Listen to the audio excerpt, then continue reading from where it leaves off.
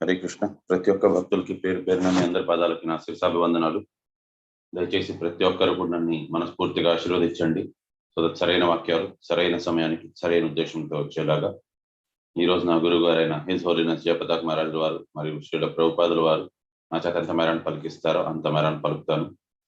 ప్రతి ఒక్కరి మీ అందరి నమస్కారాల్ని మా గురువు యొక్క పాదాలకి అర్పిస్తున్నాను. ఓం అజ్ఞానతిమిరంధస్య జ్ఞానాంజనశలాఖ్య చక్షుర్మిలితం యేన తస్మై శ్రీ గురవే నమః. శ్రీ చైతన్య మనోభీష్టం స్థాపితం యేన భూతలే స్వయం రూపః కదా మహ్యం దదాతి సుపదాంతికం. హే కృష్ణ కరుణా సింధు దీనబంధు జగత్పతే గోపేష్ గోపికా కాంత రాధా కాంత నమస్తుతే. తప్త కాంచన గౌరాంగి రాధే వృందావనేశ్వరి వృషభానుసుతే దేవి ప్రణమామి హరిప్రియ. వాంఛాకల్పతరుభ్యశ్చ కృపా సింధుభ్య ఏవ చ పతితానాం పావనేభ్యో వైష్ణవేభ్యో నమో నమః. नमः ओं विष्णुपादाय कृष्णपृष्ठाय भूतले श्रीमते जयपताक स्वामिनिति नाम्नि. नमो आचार्यपादाय निताय कृपप्रदाय गौरकदामदाय नगरग्रमचारिणे. नमः ओं विष्णुपादाय कृष्णपृष्ठाय भूतले श्रीमते भक्तिवेदांत स्वामिनिति नाम्नि.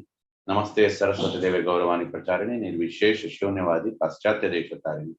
श्री कृष्ण चैतन्य प्रभु नित्यानंद श्री अद्वैत गदाधर शिवासदि गौर भक्तिवृंद.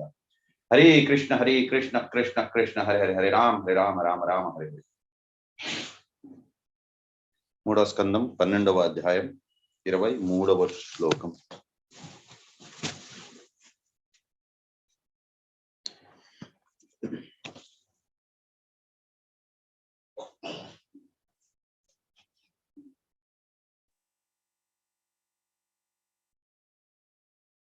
ఉత్సంగో నారదో జజ్ఞే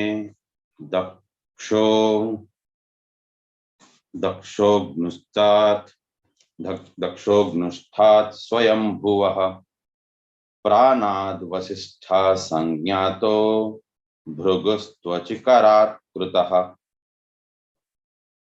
ట్రాన్స్లేషన్. ఓకే, ఇది ఎక్కడ దాకా మీది ఎక్కడ దాకా అయింది మాతాజీ శ్లోకాలు చదివేది? ప్రభుజీ 25 చేస్తున్నాం ప్రభుజీ. ఏది మాతాజీ? 25th చేస్తున్నాం Prabhuji. 25th. Okay. Translation. Narada was born from the deliberation of Brahma, which is the best part of the body. Vasishtha was born from his breathing, Daksha from a thumb, Bhrigu from his touch, and Kritau from his hand. Purport by Srila Prabhupada. Jai Srila Prabhupada. Narada was born from the best deliberation of Brahma because Narada was able to deliver the Supreme Lord to anyone he liked. The Supreme Personality of Godhead cannot be realized by any amount of Vedic knowledge or by any number of penances. So, ఇక్కడ నారదుల వారు ఎవరికైనా సరే కూడా భగవంతుడిని అందజేయగలరు. So మనం already చర్చించుకున్నాం. Narada అంటే so నారాయణుణ్ణి ఇచ్చేవారు. సో నారాయణుణ్ణి ఇవ్వగలరు అని అంటే ఎవరైతే భక్తిలో ఉంటారో, ఎవరైతే భగవంతుణ్ణి పొందాలి అనే ఇచ్ఛతో ఉంటారో అటువంటి వారికి మాత్రమే నారదుడు దర్శనమిస్తారు. ఆయన దర్శనం ఇచ్చారు అని అంటే వారికి భగవంతుడు చేరిపోయినట్టుగానే, వారికి ఇంకా వేరే ఇది లేదు, ఖచ్చితంగా భగవంతుడి దగ్గరికి చేరుకుంటారు వారు. సో అంత ఇది ఉన్నది భగవంతుడికి. సో ఏది చేసినా సరే కూడా ఎంత భక్తి, ఎంత దీంట్లో ఎంత ఇతరది ఏది చేసినా, యజ్ఞాలు యాగాలు ఎంత చేసుకున్నా సరే కూడా భగవంతుడిని పొందలేరు. కేవలం అంటే కేవలం భక్తి ద్వారా మాత్రమే భగవంతుడిని చేరగలరు. సో అది మనకి దీంట్లోని విశ్వరూప సందర్శన యాగంలోని కూడా ఒక శ్లోకం ఉన్నది. ఎవరికైనా తెలుసా అది? భక్త్వాత్వ అనన్య సాఖ్య అహమేవం విధోర్జున జ్ఞాతుం ద్రష్టుం చ తత్వేన ప్రవేష్టుం చ పరంతప. పర్ఫెక్ట్. అహమేవో విధోర్జున జ్ఞాతుం ద్రష్టుం చ తత్వేన ప్రవేష్టుం చ పరంతప. సో ఈ రకంగా ఇతర ఏది చేసినా సరే కూడా భగవంతుణ్ణి పొందే అవకాశం లేదు. మీరు యజ్ఞము యాగాలు తపస్సులు ఏది చేసినా సరే కూడా భగవంతుణ్ణి పొందలేరు. The Supreme Personality of Godhead cannot be realized by any amount of Vedic knowledge or by any number of penances, but a pure devotee of the Lord like Narada can deliver the Supreme Lord by his goodwill. So Bhagavantudu bhaktulu yokka paradhinudu. So భక్తులు ఒకవేళ శుద్ధమైన భక్తులు ఎవరికైనా ఇవ్వాలి అని అనుకుంటే భగవంతుడిని, భగవంతుడు కూడా వద్దని చెప్పలేరు.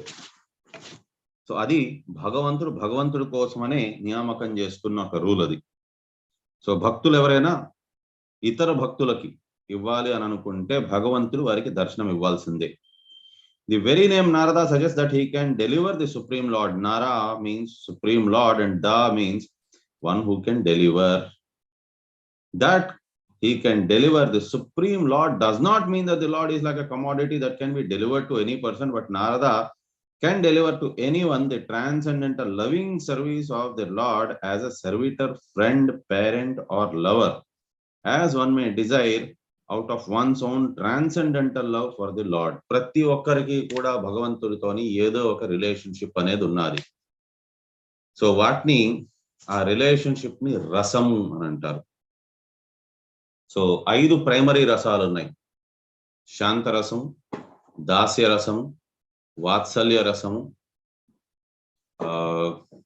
ఇంకేది, శాంతరసం, దాస్యరసం, వాత్సల్య రసం, సాఖ్య రసం అండ్ మాధుర్య రసం. సో ఈ 5 ఉన్నాయి. సో బై అండ్ లార్జ్ చాలా మంది, మాక్సిమం జనాలందరూ కూడా దాస్య రసంలో ఉండేవారు. సో కొంతమంది మాత్రం యశోదాదేవి, నంద మహారాజు, ఇంకా వసుదేవుల వారు, దేవకీదేవి, వారందరూ కూడా ఏంటంటే వాత్సల్య రసం. సో పేరెంట్స్ లాగా. అండ్ నెక్స్ట్ శాంతరసము, గోవులు, అక్కడ ఉండే మిగతా జీవ జంతువులు, పీకాక్, అవన్నీ కూడా ఏంటి అని అంటే శాంతరసము. సో భగవంతుడితో పాటు ఉంటాయి అవి. అండ్ నెక్స్ట్ సాఖ్య రసము, అర్జునుడు, ఇతర గోపబాలులు. మాధుర్య రసం, శ్రీమతి రాధారాణి. అండ్ మిగతా వారు 16,108 గోపికలు, వారందరూ కూడా మాధుర్య రసం. ఈ రకంగా భగవంతుడికి ప్రతి ఒక్కరితోని ఏదో ఒక రిలేషన్షిప్ అనేది ఉన్నది. ఆ రిలేషన్షిప్ ఏమున్నది అనేది మనకి సరిగ్గా తెలియకపోవచ్చు. ఒక గురువు అనేవారు యాక్చువల్గా ఆ రిలేషన్షిప్ ని అవేకన్ చేస్తారు. మనకి భగవంతుడికి మధ్యన ఉండే రిలేషన్షిప్ ఏంటి అనేది. సో ఆ ఉच्चతమమైన గురువు ఎవరు అని అంటే నారదముని. సో అతను అందరికీ కూడా వారి యొక్క నిజమైన రిలేషన్షిప్ ఏంటి అనేది అతను మళ్ళీ జ్ఞాపకం చేయిస్తారనమాట. ప్రహ్లాద్ మహారాజ్ ఒక గొప్ప రాక్షసుని యొక్క కొడుకు. హిరణ్యాక్షుడు లాంటి క్వాలిటీస్ కలిగి ఉన్నారు హిరణ్యకశిపు. హిరణ్యకశిపు లాంటి క్వాలిటీసే కలిగి ఉంటే పుత్రుడే పుడతారు మరి వారికి. కానీ హిరణ్యకశిపుకు పుట్టింది ప్రహ్లాద్ మహారాజ్. ఎవరి కృప వల్ల? నారదుల వారి కృప వల్ల. అతను నారాయణ మంత్రాన్ని ఇచ్చారు, భగవంతుణ్ణి వాసుదేవ మహామంత్రాన్ని ఇచ్చారనమాట. సో ఆ రకంగా అతన్ని తలచుకో, అతని నామ సంకీర్తన చేసుకో అని చెప్పని. సో ఈ రకంగా ఇచ్చిన దాని వల్ల అతను ఆ పాపాలన్నీ ఆయనలోని, అసలు పాపాలనేదే లేదు. అసలు మామూలుగా కూడా ఆయన 12 మహాజనుల్లో ఒకరు. పాపాలనేది ఆయనకి ఎక్కడి నుంచి చుట్టుకుంటాయి. బట్ అంతో ఇంతో సహవాస దోషం అంటారు. సో వారితో పాటు, రాక్షసుల వారితో పాటు ఉన్నదాని వల్ల కొద్దో గొప్ప దోషాలు అనేది తగులుతాయి. చెడు వారి సాంగత్యంతో పాటు ఉన్నామని అంటే మనకు కూడా చెడు అనేది కాస్తో కోస్తో అంటుతుంది. సో ఆ చెడు కూడా నాశనం అయిపోయింది భగవన్నామ స్మరణ వల్ల. చెడు నాశనం అయిపోయింది సరికదా, ఎవరైతే చెడు చేద్దాం అనుకుంటున్నారో వారు కూడా శుద్ధీకరణ అయిపోతున్నారు. రాక్షసుల యొక్క పుత్రికలు ఎవరైతే గురుకులానికి వచ్చి విద్యా ఇది నేర్చుకునేదానికి వచ్చేవారో, సో వారందరికీ కూడా ఇక్కడ ప్రహ్లాద్ మహారాజు నారాయణ మంత్రాన్ని వారందరికీ నేర్పిస్తుంది. వారికి పరమతత్వాన్ని వారందరికీ నేర్పిస్తుంది. భగవంతుడు ఎవరు, మనం ఎవరు అనే యొక్క ఈ విశేషమైన జ్ఞానాన్ని వారికి అందజేస్తుంది. ఎవరి వల్ల? నారదముని వల్ల. నారదముని ఇతనికి దీక్ష ఇచ్చారు, దానివల్ల ఇతనికి నారాయణుడు లభించారు. అలాగే చూడండి, గురువులందరూ కూడా వారు అందుకోసమే బ్రాహ్మణులని ద్విజ అని అంటారు. గురువు పాద పద్మముల దగ్గర చేరిపోయాము అని అంటే మనం అందరం కూడా ద్విజులం అయిపోతాము. మనం ద్విజ అనే బ్రాహ్మణ కుటుంబంలో పుట్టినా పుట్టకపోయినా కూడా, ఈవెన్ పుట్టినంత మాత్రాన కూడా మనం నిజమైన బ్రాహ్మిన్స్ అవుతామని కాదు. ఎందుకంటే ఇవాళ రేపు చాలా మంది బ్రాహ్మణ పేరు పెట్టుకుంటారు, శర్మ లేకపోయిందా ఇంకేదైనా సరే, ఇప్పుడు దుబే లేకపోతే మిశ్రా, ఆ రకంగా పెట్టుకుంటారు. కానీ నాన్ వెజిటేరియన్ తింటారు. నాన్ వెజిటేరియన్ తినకపోయినా కనీసం గుడ్డు తింటారు.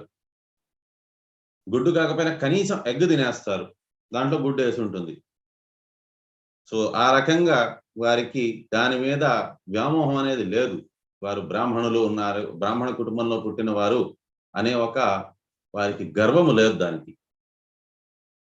సో గర్వం అనేది ఉండాలి. బ్రాహ్మణ కుటుంబంలో పుట్టారు అని అంటే గర్వపడాలి. కానీ ఆ గర్వం అనేది అహంకార భావం తెచ్చేలాంటి గర్వం కాకూడదు. ఆంజనేయ స్వామికి కూడా గర్వం ఉన్నింది. ఎందుకు? అతని శక్తి వల్ల కాదు, ఆయన శ్రీరామచంద్ర ప్రభుకి దాసుడని. ఆ గర్వం మంచిదే. మనం నిజంగానే గర్వపడాలి. ఎందుకు? బ్రహ్మజ్ఞానం తెలుసున్నది. మనం ఈ శరీరం కాదు, అవినాశి అయిన ఆత్మ అనేది మనం తెలుసుకున్నామని అంటే చాలా గొప్ప విషయం. అది తెలుసుకున్నట్టే. ఇప్పుడు మనం చేయాల్సింది ఏంటంటే గర్వరహితంగా మనం ఈ విషయాన్ని ఇతరులకు కూడా బోధించగలచాలి, వారికి అర్థమయ్యే విధంలో. సో కాబట్టి ఇది తెలుసుకోవడం అనేది, బ్రాహ్మణులుగా ఉండడం అనేది ఒక గురువు దగ్గరే అవుతారు వారు. ఒక గురువుని ఆశ్రయించినప్పుడే వారు బ్రాహ్మణులు అవుతారు, మళ్ళీ పుడతారు వారు. అండ్ వారికి పేరు మారుతుంది, అండ్ వారికి రిలేషన్షిప్ ఏంటి అనేది వారు నెలకొల్పుతారు, మనకి తెలియజేస్తారు. ఇప్పుడు నా పేరు ఏదో ఉన్నింది, మార్చేశారు, మార్చేసి కమలేశ గోవింద దాస. సో నా రిలేషన్షిప్ ఏంటి భగవంతుడితోని? నేను అతని దాసుణ్ణి. డైరెక్ట్ దాసుణ్ణి కూడా కాదు, దాస దాస దాసాను దాస. అతని దాసుడికి ఆ రకంగా 100 లింకుల తర్వాత ఆఖరిలో వచ్చే లింకులోని నేను అతనికి దాసుడిని.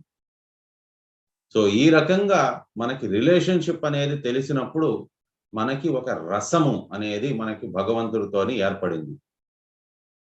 సో యాక్చువల్గా ఈ రసము ఏదైతే ఉన్నదో, శాంతరసం కానీ, దాస్యరసం కానీ, సాఖ్యరసం కానీ, వాత్సల్య రసం కానీ, ఇది ఎవరైతే తెలుసుకుంటారో, దీంట్లోని ఆస్వాదిస్తూ ఉంటారో, దీన్ని ఎంజాయ్ చేస్తారో, వారిని రసికుడు అని అంటారు. సో భక్తులు అనేవారు ఒక రకంగా రసికులు. కానీ ఇవాళ రేపు మండేన్ భౌతికవాదులు, తెలివి తక్కువ వారు, తెలివి తక్కువ అని కూడా అనను, తెలివి శూన్యంలో ఉండేవారు రసికులు అనే దాన్ని కామవాంఛలతోని దాన్ని లింకప్ చేస్తారు. సో అటువంటి వారు తెలివి శూన్యం, నరకలోకానికి వారు అగ్రగామి అవుతున్నారు, వాయువేగంతో దూసుకెళ్తున్నవారు వారు. యాక్చువల్గా రసికులు అని అంటే భక్తి మార్గంలో ఉండేవారు. ఈ 5 రసాల్లో నుంచి ఏదో ఒక రసం కానీ, లేకపోయినా మల్టిపుల్ కానీ, లేక అన్ని కానీ రసాల్లోని ఆరి తేలిన వారిని రసికులు అని అంటారు.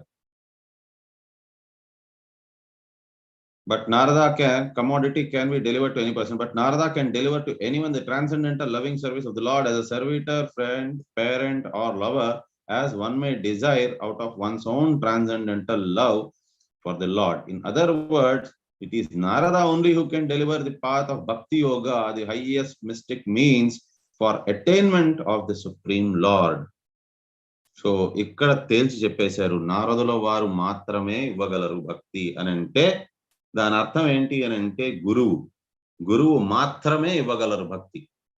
మనకి ఎంతో తెలుసు అని మనం అనుకుంటాము భక్తి గురించి, నాకు ఇనిషియేషన్ అవసరం లేదు అని మనం అనుకుంటాము. కానీ యాక్చువల్గా చెప్పాలి అని అంటే మనకి ఇనిషియేషన్ వచ్చిన రోజు మనకు తెలుస్తుంది, మనకి తెలిసింది కేవలం గోరంతే, తెలియాల్సింది కొండంతుంది. భగవంతుడి దగ్గరికి చేరుకునేదానికి ఈవెన్ ఇది ఏంటి, ఆ గోలోకానికి వెళ్ళే రూట్ లో అని కూడా నేను ఇంకా రాలేదు. మనం ఇంకా ఇది తెలుసు, డెస్టినేషన్ తెలుసు ఎక్కడ ఉన్నది అని, గోలోకం. దానికి ఎలా వెళ్ళాలో అది కూడా తెలుసు, కానీ ఆ దారిలో ఇంకా రానేలేదు. ఆ దారిలోకి మనకి ఎక్స్ప్రెస్ వేలోకి తీసుకెళ్లేది ఎవరు అని అంటే గురువే. సో అందుకోసమే ఈ భవమహాసాగరాన్ని అంటే భవలోకాన్ని మహాసాగరంతో కంపేర్ చేస్తారు. మన ఈ శరీరాన్ని ఒక ప్లవం, ఒక బోట్ తో కంపేర్ చేస్తారు. జీవుణ్ణి అక్కడ ట్రావెల్ చేసే యాత్రికుడితో కంపేర్ చేస్తారు. అండ్ గురువుని ఆ నావికుడిలాగా, ఎక్స్పర్ట్ నావికుడిలాగా వారిని ట్రాన్స్లేట్ చేస్తారు. అండ్ ఫేవరబుల్ విండ్స్, మనకి అనుకూలమైన గాలులు, అది ఏంటి అని అంటే మనకి భగవద్గీత అటువంటి పుస్తకాలు. సో అనుకూలమైన గాలుల సహాయంతో ఎక్స్పర్ట్ బోట్ మెన్ ఏం చేస్తారు అని అంటే సరైన గమ్యస్థానానికి చేరుస్తారు యాత్రికుడిని. అదర్వైజ్ మనకేమీ తెలియదు, ఎలా వెళ్ళాలి, ఎక్కడికి వెళ్ళాలి, ఏం చేయాలి తెలియదు. మనకి తెలిసిందంతా ఎక్కడికి చేరుకోవాలి అనేది తెలుసు కాబట్టి మనం నావలో కూర్చొని ఉన్నాం. అది ఈ శరీరం ద్వారా మాత్రమే అవుతుంది కాబట్టి మనం ఈ శరీరంలో కూర్చొని ఉన్నాము. కానీ అది పట్టుకెళ్ళగలిచేది ఎవరు అని అంటే నావికుడు మాత్రమే, ఎక్స్పర్ట్ నావికుడు. కాబట్టి అతని పాదాలని మనం ఆశ్రయించక తప్పదు. ఓకే, సో ఇక్కడ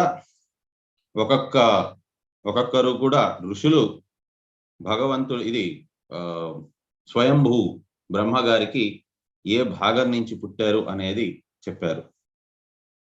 24వ శ్లోకం. పులహో నాభితో జజ్ఞే పులత్స్యాకర్ణయో ఋషి అంగీరా ముఖతో క్షణో స్త్రిభిర్ స్థిర్మరీచిర్మనసో భవాత్. Translation: Pulatsya was generated from the ears, Angira from the mouth, Atri from the eyes, Marichi from the mind, and Pulaha from the navel of Brahma. So ఇక్కడ ఒక్కొక్కరు ఎక్కడెక్కడి నుంచి జన్మించారు అనే దాని గురించి చెప్తున్నారు. సో నెక్స్ట్ మనకి శ్లోకాల్లో చెప్పబోతారు. భక్తి, రిలీజన్ అవంతా కూడా భగవంతుని హృదయం నుంచి పుట్టింది అని. కాబట్టి నారదుల వారు అక్కడి నుంచి పుట్టారు. సో వశిష్ఠుల వారు, సో వశిష్ఠ మహాముని, అతను ఇది బ్రహ్మగారి ఊపిరి నుంచి పుట్టారు. దక్షుడు ఎవరు అని అంటే ఇది సతీదేవికి తండ్రి గారు. అతను దక్షుల వారు బ్రహ్మ యొక్క బొటనవేలు నుంచి పుట్టారు. భృగురు మహర్షి ఇతను బ్రహ్మగారి యొక్క టచ్ అంటే చర్మము నుంచి అతను పుట్టారు. అండ్ కృతవ్ ఫ్రమ్ హిస్ హ్యాండ్, కృతవ్ ఋషి ఇతని చేతుల నుంచి ఉద్భవించారు. అలాగే పులత్సముని ఎవరో తెలుసా? రావణాసురుడికి ఏమవుతారు? తండ్రా లేక తాతగారా? తాత. హరే కృష్ణ. పౌలస్యుడు కదా పులత్సముని తాత కదా, తాతగారు అనుకుంటాను. సో తాతగారు. సో ఇంతకు ముందు యాక్చువల్ గా పులత్సముని ఈ గోవర్ధనగిరిని ఇతను కృష్ణుడు చిటికిన వేలతో ఎత్తక ముందు పులత్సముని కూడా ఆ గోవర్ధనగిరిని ఎత్తారు ఒకసారి. సో అతని శాపం వల్లనే గోవర్ధనగిరి క్షీణించుకుపోతోంది. సో పులత్సముని చెవుల నుంచి పుట్టారు. అంగీర ఋషి అతను నోటి నుంచి, అత్రిముని కళ్ళ నుంచి, మరీచి మనసు నుంచి, పులహ బ్రహ్మగారి యొక్క నాభి నుంచి జన్మ తీసుకున్నారు. సో 25వ శ్లోకం అయిపోయిందా? చదవాలా? హరే కృష్ణ ప్రభుజీ, ట్రాన్స్లేషన్ చేయాలి, మీనింగ్స్ వరకు అయింది. ట్రాన్స్లేషన్ భాష్యం 25th శ్లోకం. ధర్మస్థనా దక్షిణతో యత్ర నారాయణ స్వయం అధర్మ పృష్ఠతో యస్మాన్ మృత్యుర్లోక భయంకరః. ఓకే, సో ట్రాన్స్లేషన్ ఎవరైనా హ్యాండ్స్ రేజ్ చేసి చదవచ్చు. నీలరాణి మాతాజీ. హరే కృష్ణ. హరే కృష్ణ మాతాజీ. హరే కృష్ణ ప్రభుజీ. నారాయణుడు ఆసీనుడై ఉన్నట్టి బ్రహ్మదేవుని స్థనము నుండి ధర్మము వ్యక్తమయ్యెను. అతని వెనుక భాగము నుండి అధర్మము ఉత్పన్నమయ్యెను. అచ్చటనే జీవునికి భయంకరమగు మృత్యువు కలుగుచుండును. భాష్యము. మాతాజీ రిపీట్ చేయించండి మాతాజీ. హరే కృష్ణ. నారాయణుడు ఆసీనుడై ఉన్నట్టి నారాయణుడు ఆసీనుడై ఉన్నట్టి బ్రహ్మదేవుని స్థనము నుండి బ్రహ్మదేవుని ధర్మము వ్యక్తమయ్యెను. అతని వెనుక భాగము నుండి అధర్మము ఉత్పన్నమయ్యెను. అచ్చటనే జీవునికి భయంకరమగు మృత్యువు కలుగుచుండును. భాష్యం చదువుతాను. భాష్యంపై శ్రీల ప్రభుపాద్ జై. దేవదేవుడగు నారాయణుడు స్వయముగా విలసితుడై ఉన్నట్టి స్థానము నుండి ధర్మము వ్యక్తమయ్యనడి విషయము మిగుల ప్రధానమై ఉన్నది. భగవద్గీత మరియు శ్రీమద్ భాగవతమునందు ధృవపరపబడినట్లు ధర్మమను దాని భావము శ్రీకృష్ణ భగవానుని భక్తియుక్త సేవయునుటయే అందులకు కారణము. ధర్మము పేరిట గల సమస్త కలాపములను త్యజించి పూర్ణ పురుషోత్తముడగు శ్రీకృష్ణ భగవానుని ఆశ్రయమును గొనుమనుటయే భగవద్గీత యందలి చరమోపదేశము. అహైతుకము అప్రతిహతమునైన కృష్ణ భక్తికి హేతువగునదియే అత్యున్నతమగు పూర్ణ ధర్మమని భాగవతము సైతము ధృవపరచినది. పూర్ణ రూపమున గల ధర్మము శ్రీకృష్ణ భగవానుని భక్తి యోగమే. దీనికి విరుద్ధమైనది అధర్మము. హృదయమనున్నది దేహమందలి అత్యంత ప్రధానమగు భాగము కాగా వీపు పరమ నిర్లక్షిత భాగము. శత్రువు ఎవడేని దాడి చేసినప్పుడు మనుజుడు వెనుక భాగము నుండి కావింపబడి దాడులను సహించగలడు. కాని వక్షస్థలముపై కావింపబడి దాడుల నుండి మాత్రము తనను తాను అతి జాగ్రత్తతో రక్షించుకొనును. ఆ విధముగా అన్ని రకములైన అధర్మములు బ్రహ్మదేవుని వీపు భాగం నుండి ఉద్భవించినవి. నిజ ధర్మము అంటే భగవానుని భక్తి యోగము మాత్రము నారాయణుని ఆసనమగు వక్షస్థలము నుండి ఉత్పన్నమైనది. భగవద్భక్తికి హేతువు కానట్టిది ఏదైనను అధర్మమే. ఇక భగవద్భక్తికి హేతువగు ఏదైనను ధర్మమనియే పిలువబడును. హరే కృష్ణ. ధన్యవాదాలు ప్రభు. The religion was manifested from the place where personality of Godhead is personally situated in is very significant, because religion means devotional service to the personality of Godhead, as confirmed in Bhagavad Gita as well as Bhagavatam. So dharmastu sakshat bhagavat pranitam. ధర్మము అంటే ఏంటి? ధర్మము రక్షతి రక్షితః అని అంటారు. కానీ అంటే ధర్మము అంటే ఏంటి? ధర్మము అని అంటే ధర్మస్తు సాక్షాత్ భగవత్ ప్రణీతం. సో భగవంతుడి మీద ఆశ్రయపడడం, ప్రతిదానికి కూడా భక్తి మార్గాన్ని అవలంబించడం అనేదే ధర్మము అని అంటే. అది ఒక్క రోజులో రాదు. అది ఇప్పుడు మనకి ఏదైనా సరే కూడా కొన్ని కాదు, అసలు అన్ని ప్రేమలు మనకి అనుకుంటారు చాలా మంది. భగవంతుడి మీద మనకి ప్రేమ అనేది సడన్ గా ఎలా పుట్టుకొస్తుంది? మనకు తెలియని కూడా తెలియదు భగవంతుడి గురించి ఎలా సడన్ గా పుట్టుకొస్తుంది.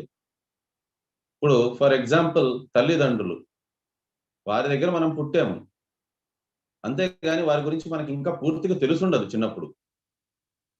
కానీ చిన్నప్పుడు ప్రతి ఒక్కరూ కూడా వారి తల్లి తండ్రి మీద పూర్తిగా డిపెండెంట్ అయి ఉంటారు. వారు కనిపించకపోయేసరికి ఏడుపులు మొదలు పెట్టేస్తారు. ఎందుకు అని అంటే వారికి వారి తల్లి తండ్రి మీద పూర్తి నమ్మకం, వారే చూసుకుంటారని, వారే పాలనకర్త, వారే అన్నీ చేసేవారు కాబట్టి వారి మీద పూర్తి నమ్మకం వచ్చేస్తుంది ఆటోమేటికలీ. మనం తెలుసుకోవాల్సిన అవసరం లేదు. ఒకసారి పెళ్ళైన తర్వాత భర్తకి భార్య మీద, భార్యకి భర్త మీద ఆ అనురాగం అనేది వచ్చేస్తుంది. పిల్లలు పుట్టగానే తల్లిదండ్రులకి పిల్లల పట్ల ప్రేమ అనేది స్వతహాగా వచ్చేస్తుంది. వారికి ఎవరు నేర్పించాల్సిన అవసరం లేదు. వాళ్ళ పిల్లలు ఏంటి, వారికి ఎంత ప్రేమ ఉన్నది తెలుసుకోవాల్సిన అవసరం కూడా లేదు. It is understood. ప్రతి ఒక్కరికి వాళ్ళ తల్లిదండ్రులకి వాళ్ళ పిల్లలన్నా, పిల్లలకి వారి తల్లిదండ్రులన్నా 100% ప్రేమ ఉన్నది అనే విషయం అండర్స్టూడ్. అది అదే రకంగా భగవంతుడి గురించి మనం తెలుసుకుంటున్న కొద్దీ భగవంతుడి పట్ల ప్రేమ అనేది పెరగాలి. సో పెరగటం లేదు అని అంటే అది వారు అధర్మ మార్గంలోనే ఉన్నారు అని అర్థం. స్వతహాగా ప్రేమ అనేది భగవంతుడి పట్ల రావటం లేదు అని అంటే వారికి ఇంకా ధర్మ మార్గం అనేది వారికి తెలియలేదు అని అర్థం. సో వారికి భగవంతుడి గురించి ఎవరైతే, అందుకోసమనే 4 రకాల వారు భగవంతుడిని ఆశ్రయిస్తారు. ఎవరు? ఆర్థో, అర్థార్థి, జిజ్ఞాసు, జ్ఞాని. కానీ వారిలోంచి భగవంతుడికి ఎవరంటే అతి ప్రియము అని అంటే జ్ఞాని. ఎందుకనంటే వారికి భగవంతుడి గురించి తెలుసుకొని వారు భగవంతుడు అంటే ఇష్టపడతారు. మిగతా వారు వారి స్వార్థం వల్ల ఇష్టపడతారు. ఇప్పుడు తల్లిదండ్రుల పట్ల నిజమైన ప్రేమ ఉంటుంది, కానీ చుట్టాలు ఎవరైనా ఇంటికి వచ్చారు అని అంటే వెళ్ళిపోతున్నప్పుడు వారి మీద అతి ప్రేమ చూపించేస్తాము చిన్నప్పుడు. ఎందుకు? చేతిలో ఎంతో కొంత డబ్బులు పెట్టి వెళ్తారు కాబట్టి. సో అర్థార్థి. కొంతమంది ఉంటారు, ఆపద వచ్చినప్పుడు వారిని పట్టుకుంటారన్నమాట. సో మామయ్యలు అలాంటి వాళ్ళు ఎప్పుడైనా తల్లి కొడుతున్నారు అని అంటే మామయ్యని అప్పుడు వెళ్ళి మామయ్య పట్ల ప్రేమ అప్పుడు వస్తుందన్నమాట. మావయ్య అని చెప్పని. ఎందుకు? తల్లి కొట్టేదానికి వస్తే మామయ్య కాపాడాలి కాబట్టి అక్కడ ఆర్థో. సో నెక్స్ట్ కొంతమందికి ఏంటి అని అంటే ఏదో కుతూహలం తెలుసుకోవాలనేసని. కానీ నిజమైన ప్రేమ ఎప్పుడు వస్తుంది అని అంటే వారి పట్ల నిజమైన భక్తి ప్రేమ అనేది వచ్చినప్పుడు, వారి గురించి తెలుసుకున్నప్పుడు సంపూర్ణంగా, అప్పుడు వారి పట్ల ప్రేమ వస్తుంది. వారు మన కోసం ఎన్ని త్యాగాలు చేశారు తల్లిదండ్రులు అనేది ఎప్పుడైతే తెలుస్తుందో అప్పుడు నిజమైన ప్రేమ వస్తుంది తల్లి తండ్రి పట్ల. సో ఆ రకంగా భగవంతుడి పట్ల కూడా ప్రేమ అనేది, భగవంతుడికి కూడా మన పట్ల అభిమానం అనేది ఎప్పుడు వస్తుంది అని అంటే ఎప్పుడైతే జ్ఞాని భగవంతుడి గురించి సంపూర్ణంగా తెలుసుకొని ఉంటామో అప్పుడు భగవంతుడికి వారంటే చాలా ఇష్టం అవుతుంది వారంటే. As confirmed in Bhagavad Gita and Bhagavatam. In Bhagavad Gita, the last instruction is to give up all the engagements in the name of religion and take shelter of the personality of Godhead. So, అన్నిటికంటే ఆఖరి first stage ఎప్పటికైనా సరే కూడా జీవుడికి ఏంటి అని అంటే అతహతో బ్రహ్మ జిజ్ఞాస. Last stage ఏంటి అని అంటే వాసుదేవ సర్వమితి. అది తెలుసుకోవడం. అది తెలుసుకున్నాక దాని తర్వాత కూడా ఇంకా ఒక్క స్టేజ్ ఉన్నది. ఏంటి అని అంటే అన్ని ధర్మాలని, సర్వధర్మాన్ పరిత్యజ్య మాం ఏకం శరణం వ్రజ. సో కృష్ణుడు పాదాలు తప్పించి ఇతరది ఇంకేది పట్టుకోకుండా ఉండడం. ఎప్పుడైతే తెలుసుకుంటారో వాసుదేవ సర్వమితి అని, అప్పుడు కృష్ణుడు పాదాలని గట్టిగా పట్టుకొని ఉండాలి. ఏది ఏమైనా, ఎన్ని ఇబ్బందులు పెట్టు, ఎన్ని కష్టాలు పెట్టు స్వామి, నీ పాదాలను మాత్రం నేను విడిచిపెట్టను అనేది అది ఆఖరి స్టేజ్, సర్వధర్మాన్ పరిత్యజ్య అని. కాబట్టే భగవంతుడు అది చర్మ శ్లోకం కింద చెప్పారు.